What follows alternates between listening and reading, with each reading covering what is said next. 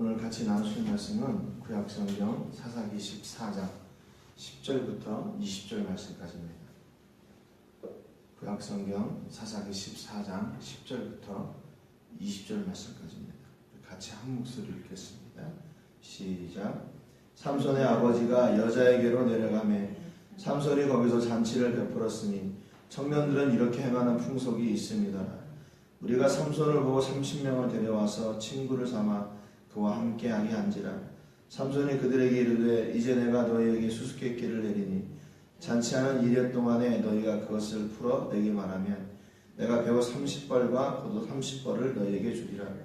그러나 그것을 능히 내게 말하지 못하면 너희가 내게 배우 30벌과 겉옷 30벌을 줄지니라 하니 그들이 이르되 내가 수수께끼를 내면 우리가 그것을 드리리라 하며 삼손이 그들에게 이르되 먹는 자에게서 먹는 것이 나오고 강한 자에게서 단 것이 나왔느니라 하니라. 그들이 사흘이 되도록 수수께끼를 풀지 못하였더라. 7째 날이 이르러 그들이 삼손의 아내에게 이르되 너는 내 남편을 꾀어 그 수수께끼를 우리에게 알려달라 하라. 그렇지 아니하면 너와 내 아버지의 집을 불사르리라. 너희가 우리의 소유를 빼앗고자 하여 우리를 청한 것이 아니냐. 그렇지 아니하냐 하니 삼손의 아내가 그의 앞에서 울며 이르되 당신이 나를 미워할 뿐이요 사랑하지 아니하는도다. 우리 민족에게 수수께끼를 말하고 그것을 내게 알려주지 아니하도다 하는지라. 삼손이 그에게 이르되 보라 내가 그것을 나의 부모에게도 알려주지 아니하였거든 어찌 그대에게 알게 하리려 하였으나 7일 동안 그들이 잔치할 때 그의 아내가 그 앞에서 울며 그에게 강요하므로 7째 날에는 그가 그의 아내에게 수수께끼를 알려주매 그의 아내가 그것을 자기 백성들에게 알려주었더라. 7째 날 해 지기 전에 성읍 사람들이 삼손에게 이르되 무엇이 꿀보다 달겠으며 무엇이 사자보다 강하겠느냐 한지라. 삼손이 그들에게 이르되 너희가 내 암송아지로 밭갈지 아니하였더라면 내 수수께끼를 능히 풀지 못하였으리라 하니라. 여호와의 영이 삼손에게 갑자기 임하심에 삼손이 아스글론에 내려가서 그곳 사람 30명을 쳐 죽이고 노력하여 수수께끼 푼 자들에게 옷을 주고 심히 노하여 그의 아버지의 집으로 올라갔고 삼손의 아내는 삼손의 친구였던 그의 친구에게 준바되었더라. 아멘. 우리가 지난주 말씀을 통해서 삼손은 나시인이었지만 그가 나시인으로서 지켜야 될 일을 이렇게 지키고 준수하기보다는 자기의 뜻을 따라서 이제 살았다는 것을 같이 봤습니다. 아내를 구하는 것도 부모의 뜻을 거스르고 또 하나님께서 금지하셨던 이방 여인과의 결혼을 하려고 했고 그것을 부모들이 만류하니까 끝까지 그것을 어겨가지고 이제 우겨가지고 그 자기의 뜻을 이렇게 이루려고 하는 그런 모습들을 저희가 봤습니다. 오늘 본문에도 역시 그 삼손의 뜻대로 이제 실제로 그 결혼식이 이루어지게 되는 장면을 보게 되는데 이방 여인과의 결혼, 또 억지스러운 결혼, 또 이제 그런 결혼을 통한 그 결과들이 이제 계속 그 삼손에게 문제로 다가오는 것을 저희가 보게 됩니다. 오늘 10절에 보니까 삼손의 아버지가 여자에게로 내려가며 삼손이 거기서 잔치를 베풀었으니 청년들은 이렇게 행하는 풍속이 있음이더라 이렇게 기록하고 있습니다. 그러니까 이 지금 풍속이라는 것은 어떤 풍속이냐면 이스라엘의 풍속이 아니라 블레셋의 풍속이에요. 그러니까 당시 이스라엘은 아내를 맞이할 때 그 남편의 집에서 아내가 될 사람의 집에 예물을 보내고 그 아내를 남편의 집에 데려오는 것이 일반적인 풍습이었습니다. 그런데 오늘 이 본문에 보면 그 아내의 집에 가서 거기서 잔치를 하고 그 사람과 함께 이제 다시 자기의 집으로 오게 되는 거죠. 이 풍속이 어떤 풍속이냐면 이스라엘의 풍속이다. 하나님께서 원하시는 그 방법이 아니고 바로 블레셋의 풍속이었어요. 그러니까 억지스러운 결혼, 이방인과의 결혼, 또 그 결혼의 방법도 이방인 풍습을 따라서 그렇게 하게 되는 거죠. 근데 이제 그때 잔치를 벌이는데 사람들을 초대를 했습니다. 삼손의 친구들을 30명을 삼손이 데리고 간 게 아니고 그 블레셋 사람, 딥나에 있는 사람들을 불러가지고 그 잔치에 함께 참여하도록 했어요. 이게 바로 그 사람들의 이제 풍속 가운데 하나였다는 거죠. 12절에 이렇게 잔치를 할 때 삼손이 이렇게 얘기합니다. 내가 너희에게 수수께끼를 내리니 잔치하는 이래 동안 너희가 그것을 풀어내게 말하면 내가 배우 30벌과 겉옷 30벌을 줄 거지만 만약에 그 대답을 못하면 너희들이 그것을 나에게 줘라. 할 거냐? 그러니까 그 사람들이 그러면 하겠다. 그래서 이 일이 이루어졌어요.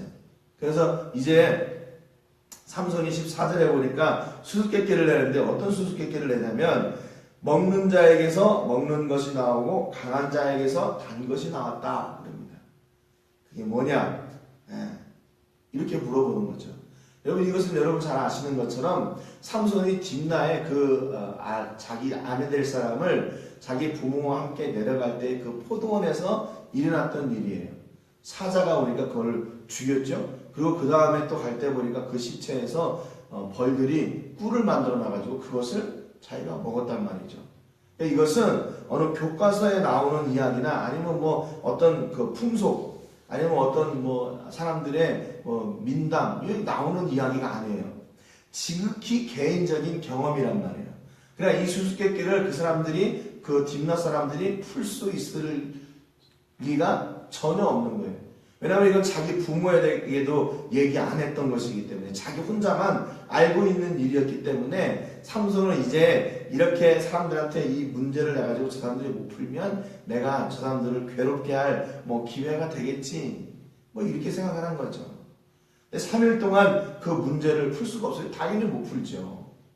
15절에 보니까 일곱째 날이 이르러 그들이 삼손의 아내에게 이르되 너는 네 남편을 빼어 그 수수께끼를 우리에게 알려달라 하라. 그렇지 아니하면 너와 네 아버지의 집을 불사르리라.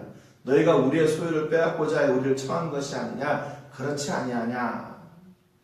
이 딥나 사람들이 삼손의 아내를 갖다가 다그치기 시작해요. 아니요, 협박하기 시작합니다. 이게 그 당시 그 블레셋 사람들의 어떤 도덕적인 수준을 보여주는 단편적인 이야기예요. 수수께끼 좀 풀고 또 결혼하는 사람이 이렇게 내가지고 또 선물을 좀 주면 어때요? 그런데 그 삼손의 아내에게 가가지고 야 빨리 그 답을 우리에게 알려주라고 남편한테 가서 빨리 그거 어떻게 알아봐. 만약에 너 이거 알지 못하면 너는 물론이고 네 아버지의 집을 전부 다 불살라 버릴 거야. 그렇게 얘기해요. 수수께끼 하나에 생명을 거는 거예요. 생명을 걸어요. 그러니까 지금 이 그 블레셋 사람들의 이 딥나 사람들의 그 안에 어떤 생각이 있냐면 지금 당시에 블레셋이 이스라엘을 계속 이렇게 압제하고 있는 상황인데 이스라엘 사람이 와서 자기 나라 사람을 아내로 맞아가는 것 그거조차도 마음에 들지 않는 거죠. 그러니까 어떻게든지 이거를 이겨가지고 그 이스라엘 사람 그 삼손으로부터 뭔가를 이렇게 빼내려고 하는 거예요. 그러니까 그들의 중심에는 지금 이게 어떤 결혼식을 축하하고 이런 그런 모양새지만 그들의 내면에는 그런 국가적인 민족적인 이런 갈등이 그대로 내재하고 있는 거죠. 삼손도 역시 마찬가지고 그 딥나 사람들도 역시 마찬가지라는 거예요. 15절 그 첫 번째 말씀에 일곱째 날에 이르러 그랬잖아요. 근데 이제 지금 이 말이 성경 주석학자들에 의하면 이게 일곱째 날이 아니고 네 번째 날이다 이렇게 얘기를 해요. 왜냐하면 그 14절 하반절에 사흘 동안 못 풀었다 이렇게 얘기하잖아요. 그러니까 그 다음에 이 일이 일어나니까 이건 네 번째 날이다. 그리고 또 히브리 말로 일곱 번째라는 말하고 네 번째라는 말하고요. 이 자음 하나 차이예요. 그러니까 일곱째 날이라는 말은 쉐비이고 네 번째는 레비예요. 앞에 그 자음 하나가 다르거든요. 그래서 필사자가 아마 이거 틀렸을 거다. 착각해가지고 이걸 바꿨을 거다. 이렇게 얘기를 합니다. 뒤에도 보면 이제 일곱째 날 일이라는 동안 계속 이렇게 그 아내를 협박했다라는 것을 보면 네 번째 날이 맞을 거다. 그리고 실제로 영어 성경에는 킹제임스 버전을 제외하고는 대부분의 성경들이 이걸 다 4일째로 번역을 하고 있습니다. 뭐 아무튼 4일째가 되었든지 뭐 7째 날이 되었든지 그것보다는 뭐냐면 어떻게 되었든지 며칠이 되었든지 간에 딥낫 사람들이 삼손인의 문제를 지금 해결을 못하고 있다는 거예요. 예. 그래서 이제 16절에 보니까 삼손의 아내가 그의 앞에서 울며 이르되 당신이 나를 미워할 뿐이요 사랑하지 아니하는도다. 우리 민족에게 수수께끼를 말하고 그 뜻을 내게 알려주지 아니하는도다. 지금 큰일 났죠, 삼손의 아내가. 그래서 어쩔 수 없이 이제 삼손에게 가서 매달리는 거예요. 잘못하면 자기도 죽고 자기 집안 모두가 다 죽게 되니까 이제 그것을 가서 이렇게 이야기합니다. 근데 참 이 삼손의 아내도 역시 마찬가지로 뭐냐면 지혜롭지 못한 게 이렇게 됐으면 자기 남편한테 이 모든 일을 얘기를 했어야죠. 그래서 이 일을 어떻게 해결을 할 걸까 이렇게 생각을 해야 되는데 그렇게 못한 거예요. 그러니까 지금 이 아내도 역시 마찬가지로 그 민족적인 어떤 그런 그런 경계가 분명했다는 걸 알 수 있어요. 그러니까 결혼할 사람이고 이미 삼손하고도 벌써 만나서 이야기를 했잖아요. 삼손 그 부모님들하고도 만나서 서로 맞선을 받고 다 결혼을 하기로 했다면 남편이라면 다 얘기를 해야죠. 그런데 그것을 얘기하지 않고 자기가 그 중간에서 뭔가 해결을 하려고 하니까 이런 어려운 일들이 계속 나오게 되는 거죠. 그러니까 결국 삼손이 이렇게 얘기합니다. 16절 하반절에 보라 내가 그것을 나의 부모에게도 알려주지 아니하였거든 어찌 그대에게 알게 하리요. 안 알려준다는 거예요. 17절에 보니까 7일 동안 그들이 잔치할 때 그의 아내가 그의 앞에서 울며 그에게 강요함으로 7째 날에는 그가 그의 아내에게 수수께끼를 알려주매. 그러니까 이 아내가 지금 급하잖아요. 자기가 죽게 생겼으니까. 자기 집안 사람들이 다 불살라 죽게 생겼으니까 계속 알려달라고 이렇게 다그친 거죠. 그러니까 결국 삼손이 그 이야기를 해줍니다. 그랬더니 그 아내는 다시 자기 백성들, 그 딥낫 사람들에게 또 이야기를 다 해줘요. 드디어 그날이 왔습니다. 18절에 보니까 7째 날 해지기 전에 성읍 사람들이 삼손에게 이르되 무엇이 꿀보다 달겠으며 무엇이 사자보다 강하겠느냐. 이게 희비가 교차되는 순간이에요. 삼손은 설마 했는데 이 일이 진짜로 그 사람들이 그 정답을 알고 있었던 거죠. 그러니까 결국 그때 삼손이 깨닫게 됩니다. 야, 이것을 너희들이 이렇게 알 수 있었던 것은 너희들이 내 아내를 그렇게 협박하고 그렇게 위협했구나. 예? 그래서 19절에 보니까 그때 여호와의 영이 삼손에게 갑자기 임하시네. 삼손이 아스불론에 내려가서 그곳 사람 30명을 쳐 죽이고 노략하여 수수께끼 푼 자들에게 옷을 주고 심히 노하여 그의 아버지의 집으로 올라갔다. 그렇게 기록합니다. 여러분 이 아스불론은 어디냐면요. 지중해 연안에 있는 도시예요. 그리고 딥나는 가나안 그 내륙 그 중심부에 있는 도시입니다. 그러니까 지금 여호와 영이 갑자기 성령이 임해가지고 삼손이요 딥나에서부터 아스불론까지 전력해가지고 간 거예요. 그래서 거기 있는 사람들, 그 블레셋 사람들 30명을 죽였어요. 이 아스불론은 블레셋의 5 주요 성읍이 있는데 그 가운데 하나예요. 여호수아 13장 3절에 보면 이 블레셋 중요한 5 성읍들을 이렇게 얘기하는데 그 가운데 하나가 아스불론이에요. 그러니까 거기에 블레셋 사람들을 갖다가 거기서 죽이고 그 사람들이 가지고 있던 것들을 노략해가지고 올라와서 딥낫 사람들, 그 30명 사람들에게 그것을 준 거죠. 그러니까 삼손은 그렇게 해가지고 결국 그 블레셋 사람들이 어떻게 보면 그 중심부에 들어가서 거기에다가 불을 던지고 온 거예요.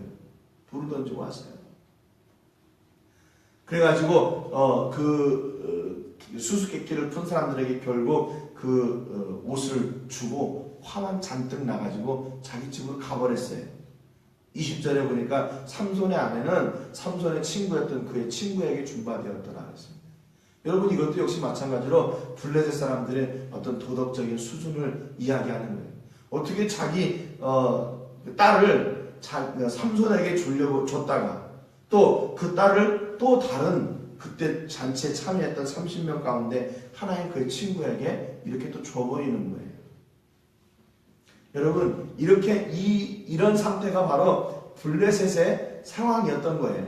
자기들이 요구하는 것이 안 들어준다고 불을 지르고 사람을 죽인다 그러고, 또 아내도 자기 딸도 마찬가지로 이 사람한테 아내를 줬다가 저 사람한테 아내를 줬다 그런 거죠. 여러분 결국 이게 두 가지 모습을 보여주는데요. 이게 블레셋의 도덕적인 수준과 삼손이 하나님이 원하시지 않는 그 일을 억지로 해냈을 때 나오는 결과가 바로 이런 거예요. 여러분 그러니까 삼손도 철저하게, 지난주에도 말씀드렸지만 이게 하나님의 뜻에 의해서 나온 것이다. 그렇지만 하나님은 삼손의 결정과 그 선택의 방법, 또 그 길을 모두 인정하시고 그의 길을 따라서 일을 선하게 이루어 가셨던 거죠. 근데 삼손의 입장에서는 그가 하나님께 여쭙지 않고 자기 뜻대로 일을 행해 나간 거예요. 부모님들이 말렸음에도 불구하고 그 말을 듣지 않잖아요. 그래서 결국 그 결혼의 결과가 어떻게 됐습니까? 이런 고통이 오게 되고 이런 문제만 낳게 되는 거예요. 삼손도 결국에 그 결혼식에 갔다가 마음이 화가 나가지고 자기 집으로 돌아가고, 자기 아내였던 여자는 다른 남자에게 또 시집을 가게 되버리고. 그러니까 여러분이 하나님께 여쭙지 않고 하나님이 원하시는 길을 가지 않으니까 결국에는 이런 일이 일어나게 되는 겁니다. 이 책임을 누구에게 돌릴 거예요? 결국 삼손이 책임을 져야죠. 왜요? 그가 선택한 길이니까. 그가 하나님께 여쭙지 않고 자기 뜻대로 행했던 것이니까.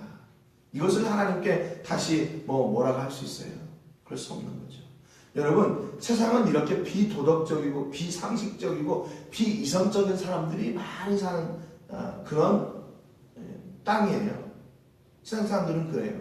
여러분 그런데 우리가 예수 믿는다고 해서, 예수님을 믿는 그리스도인이라고 해서 이런 사람들과 우리가 등지고 살 수는 없는 게 또 이 땅의 현실인 거죠. 여러분 그렇다면 우리가 이런 사람들과 살 때 어떻게 살아야 되나? 삼손과 반대로 살면 돼요. 자기 생각과 자기 뜻과 자기가 원하는 일을 결정하고 행하는 것이 아니라 그 순간에도 우리의 기준과 방향이 늘 하나님께 고정되어서 그분이 원하시는 길, 우리 아버지 하나님께서 인도하시는 그 길, 빨리 가는 길이 아니라 바른 길을 가게 되는 거예요. 바른 길. 빠른 길이 아니고 바른 길을 가는 것. 그것이 바로 성공이에요. 그렇죠. 세상과 어떻게 보면 경쟁해야 되고 그들과 이렇게 경쟁 가운데서 이겨야 되니까 세상 사람들이 빨리 가는 것을 보면 우리도 저 길이 맞는 것처럼 보일 때도 있죠. 그런데 그리스도인의 삶은 결코 그런 삶이 아니에요. 더디 가도 바르게 가야 돼요. 그것이 성공의 길입니다. 왜 더디 가야 돼요? 하나님의 뜻을 따라가야 되니까. 그렇잖아요. 하나님의 뜻을 여쭙고 가야 되니까 내가 결정하는 것보다 더딜 수밖에 없어요. 그러나 그 길이 가장 안전한 길이고 그 길이 바로 성공의 길입니다. 삼손처럼 자기가 원하는 것, 내가 하고 싶은 것이 아니라 하나님이 기뻐하시는 그 길, 하나님께서 열어주시는 그 길을 순종으로, 믿음으로 오늘도 나가서 그 가운데서 말씀이 기준이 되고 하나님이 기준이 되고 하나님을 향해 가시는 여러분 되시기를 주님의 이름으로 축복합니다. 기도하겠습니다. 하나님 아버지 감사드립니다. 오늘 말씀을 통해서 삼손이 자기의 뜻대로 결국 그 결혼식을 감행하고 또 그 가운데서 자기의 뜻대로 블레셋을 괴롭히려고 하는 방법을 세워봤지만 결국에는 자기가 피해자가 되고 말았습니다. 자기의 아내였던 여자는 다른 남자에게 또 시집을 가게 되고 자기는 화만 잔뜩 나서 다시 자기의 집으로 돌아갔습니다. 하나님, 오늘 우리에게 참 길이 무엇인지, 우리가 진짜 따라가야 될 방향이 무엇인지, 참 길이 어느 길인지, 하나님, 이 세상 가운데서 우리가 어떻게 가야 됩니까? 우리의 뜻이나 우리의 계획이나 우리의 경험을 따라가지 않도록 도와주시고 하나님의 인도하심을 따르는 저희들 되게 하여 주시옵소서. 하나님의 인도하심에 민감한 저희들 되게 하여 주시옵소서. 그래서 아버지, 세상 사람들처럼 빨리 가려고 애쓰지 않게 하시고 바르게 가려고 애쓰게 하시고 우리의 방향을 잃지 않기 위해서 애쓰는 사람들 되게 해 주옵소서. 더디 가도 그 길이 바로 성공의 길인, 하나님께서 함께 하시는 길인 것을 저희가 고백하오니 주여, 오늘도 우리가 선택의 기로에서 언제나 하나님을 선택하는 믿음이 우리 가운데 작용하게 하시고, 언제나 하나님을 바라는 우리 신앙이 우리 안에서 우리를 인도하는 그런 힘이, 원동력이 되게 하여 주시옵소서. 영광을 하나님께 드리며 예수님의 이름으로 기도드립니다. 아멘.